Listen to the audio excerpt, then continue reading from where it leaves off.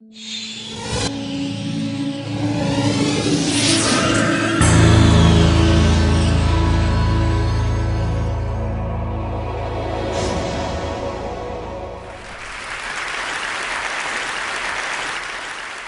la fille d'un faussaire. Pas n'importe quel faussaire. Quand on entend faussaire, on comprend souvent mercenaire, on entend fausse monnaie, on entend faux tableau. Mon père n'est pas de ces hommes-là. Pendant 30 ans de sa vie, il a fabriqué des faux papiers. Jamais pour lui-même, toujours pour les autres, et pour venir en aide aux persécutés et aux opprimés. Laissez-moi vous le présenter. Voici mon père quand il avait 19 ans. En fait, pour lui, tout a commencé pendant la Seconde Guerre mondiale, quand à l'âge de 17 ans, il s'est retrouvé propulsé dans un laboratoire de faux papiers. Et il est devenu très vite l'expert en faux papiers de la résistance.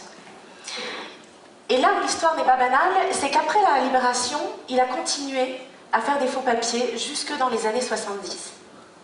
Et moi, quand j'étais petite, je ne savais rien de tout ça, évidemment. C'est moi au milieu qui fait la grimace.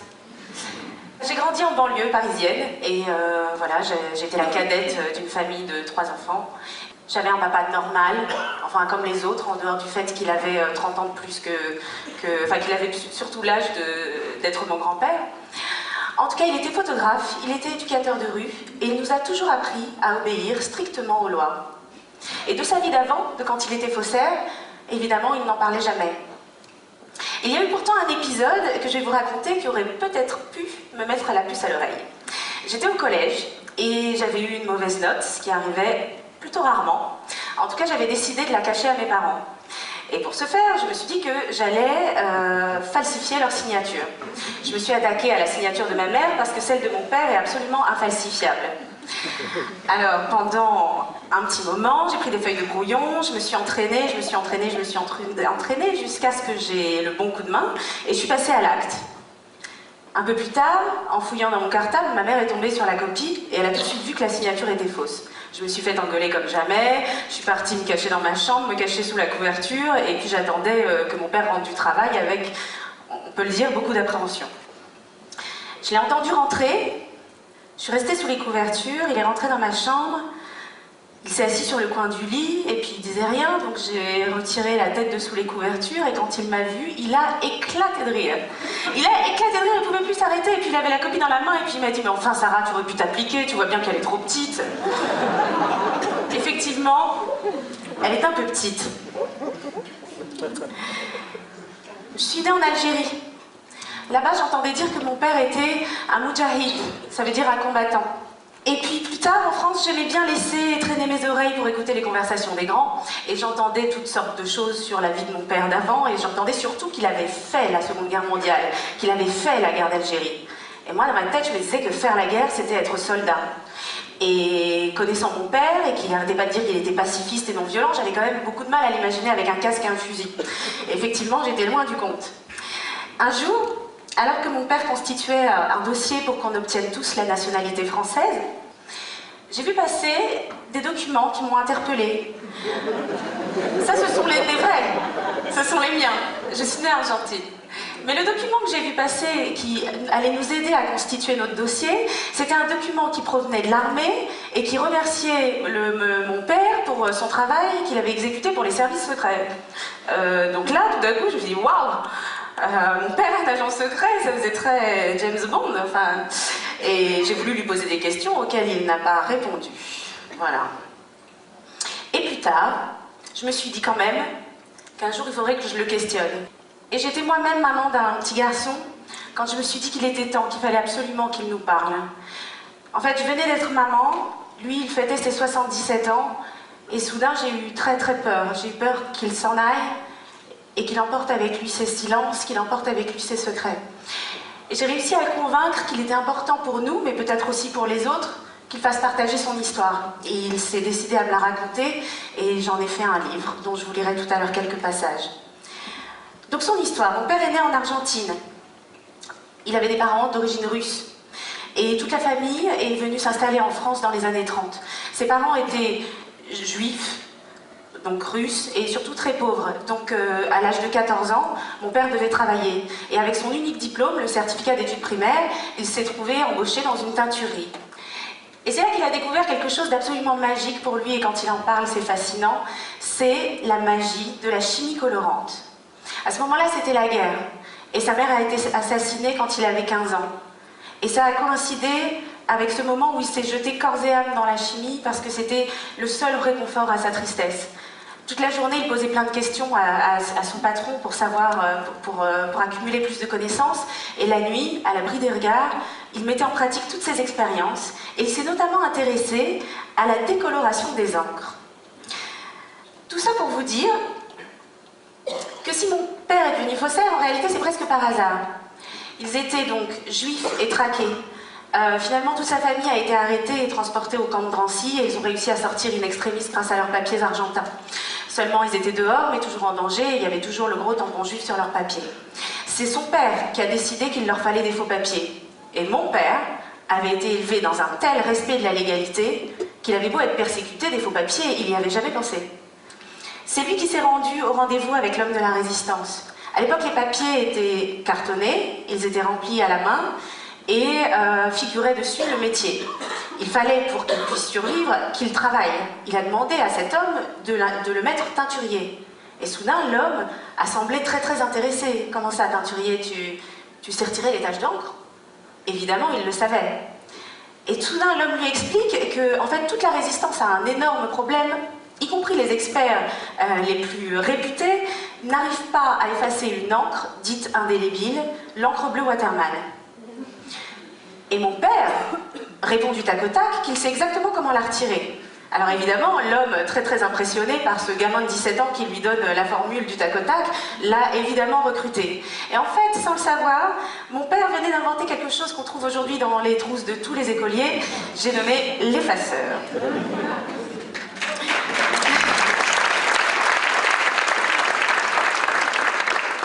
Mais ce n'était qu'un début.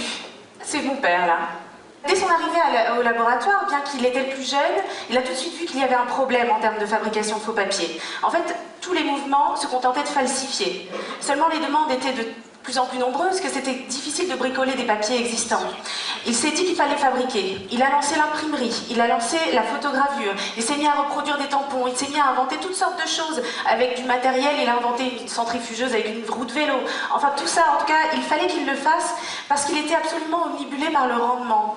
Il avait fait un calcul simple. En 1 heure, il fabriquait 30 faux papiers. S'il dormait 1 heure, 30 personnes mourraient. Si bien que ce sentiment de responsabilité de la vie des autres, alors qu'il avait que 17 ans, et aussi cette culpabilité d'être un survivant, puisqu'il était sorti du camp quand ses amis étaient restés, il l'a gardé toute sa vie.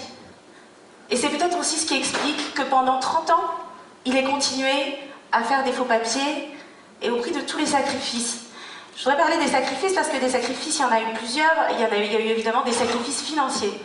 Parce qu'il a toujours refusé d'être payé. Parce qu'être payé pour lui, ça voulait dire être mercenaire. Parce que s'il acceptait d'être payé, il ne pourrait plus dire oui ou non, selon si la cause lui semblait juste ou pas. Si bien qu'il était photographe le jour, faussaire la nuit pendant 30 ans, et fauché tout le temps.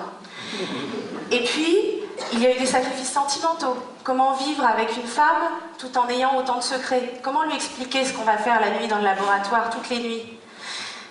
Évidemment, il y a eu un autre type de sacrifice d'ordre familial que j'ai compris plus tard. Un jour, mon père m'a présenté ma sœur. Et d'ailleurs, il m'a expliqué que j'avais aussi un frère, et la première fois que je les ai vus, je devais avoir un autre frère, je veux dire. La première fois que je les ai vus, je devais avoir 3-4 ans, et ils en avaient 30 de plus que moi. Aujourd'hui, ils ont la soixantaine, tous les deux. Et pour les besoins d'écriture du livre, j'ai été questionner ma sœur, et j'ai voulu savoir qui était mon père, qui était le père qu'elle avait connu. Et elle m'a expliqué que ce père-là, qu'elle avait eu, leur disait qu'il viendrait les chercher le dimanche pour les emmener se promener, et qu'il se faisait tout beau, qu'il l'attendait, qu'il ne venait quasiment jamais. Il disait « je vais vous appeler ». Il n'appelait pas, et puis il ne venait pas, et puis un jour il a carrément disparu. Et puis le temps passait, et ils se sont dit qu'il les avait sûrement oubliés dans un premier temps. Et puis comme le temps passait toujours, au bout de presque 2 ans, ils se sont dit, finalement peut-être que notre père est mort. Et en fait j'ai compris que le fait de poser toutes ces questions à mon père remuait tout un passé dont il n'avait peut-être pas envie de parler parce que c'était douloureux. Et voilà, et pendant que ma demi-sœur et mon demi-frère se croyaient abandonnés, voire orphelins, mon père faisait des faux papiers. Et s'il ne leur disait pas, c'était pour les protéger, bien sûr. Après la libération, il a fait des faux papiers pour permettre aux rescapés des camps d'émigrer vers la Palestine avant la création d'Israël. Et puis, parce qu'il était anticolonialiste convaincu, il a fait des faux papiers pour les Algériens pendant la guerre d'Algérie. Et puis, après la guerre d'Algérie, au sein des mouvements de résistance internationaux, son nom a circulé. Et le monde entier est venu frapper à sa porte. En Afrique, il y avait des pays qui luttaient pour leur indépendance. La Guinée-Bissau, l'Angola. Et puis mon père s'est lié avec le parti anti-apartheid de Nelson Mandela. Il faisait des faux papiers pour les Sud-Africains noirs persécutés. Il y avait aussi l'Amérique latine. Mon père est venu en aide aux résistants aux dictatures de l'île Saint-Domingue, d'Haïti. Et puis c'était autour du Brésil, de l'Argentine, du Venezuela, du Salvador, du Nicaragua, la Colombie, le Pérou, l'Uruguay, le Chili et le Mexique. Et puis c'était aussi la guerre du Vietnam. Mon père a fait des faux papiers pour les déserteurs américains qui ne souhaitaient pas porter les armes contre les Vietnamiens. Et puis l'Europe n'était pas épargnée. Mon père faisait les faux papiers pour les dissidents de Franco en Espagne, aussi contre Salazar au Portugal, et aussi contre la dictature des colonels en Grèce. Et même en France. Alors, une seule fois, ça s'est passé en mai 68. Mon père regardait avec bienveillance évidemment les manifestations du mois de mai, mais son cœur était ailleurs et son temps aussi, puisqu'il avait plus de 15 pays à servir. Une fois pourtant, il a quand même accepté de faire des faux papiers pour quelqu'un que vous allez peut-être reconnaître. Il était beaucoup plus jeune à l'époque, et mon père a accepté de faire des faux papiers pour lui permettre de revenir prendre la parole à un meeting. Et il m'a dit que ces faux papiers-là étaient les faux papiers les plus médiatiques et les moins utiles qu'il ait eu à faire de toute sa vie. Mais que s'il a accepté de le faire, bien que la vie de Daniel Cohn-Bendit n'était pas en danger, c'était parce que c'était quand même une belle occasion de faire un pied de nez aux autorités et de leur montrer qu'il n'y a rien de plus poreux qu'une frontière et que les idées, elles, n'en ont pas. Toute mon enfance, pendant que les autres papas racontaient des contes de Grimm à mes copines, mon père me racontait des histoires de héros très discrets, avec des utopies inébranlables, et qui arrivaient à accomplir des miracles. Et ces héros n'avaient pas besoin d'une armée derrière eux, d'ailleurs personne ne les aurait suivis, sauf une poignée d'hommes et de femmes de conviction et de courage. Et j'ai compris plus tard qu'en fait c'était sa propre histoire que mon père me racontait pour m'endormir. Je lui ai demandé si, au vu des sacrifices qu'il avait dû faire, il lui était déjà arrivé de regretter. Et il m'a dit que non. Il m'a dit qu'il aurait de toute façon été incapable de regarder ou de subir les injustices sans rien faire. Et qu'il était persuadé et qu'il en reste convaincu qu'un autre monde est possible, un monde où plus personne n'aurait besoin d'un faussaire. Il en rêve encore. Mon père est aujourd'hui dans la salle. Il s'appelle Adolfo Kaminski.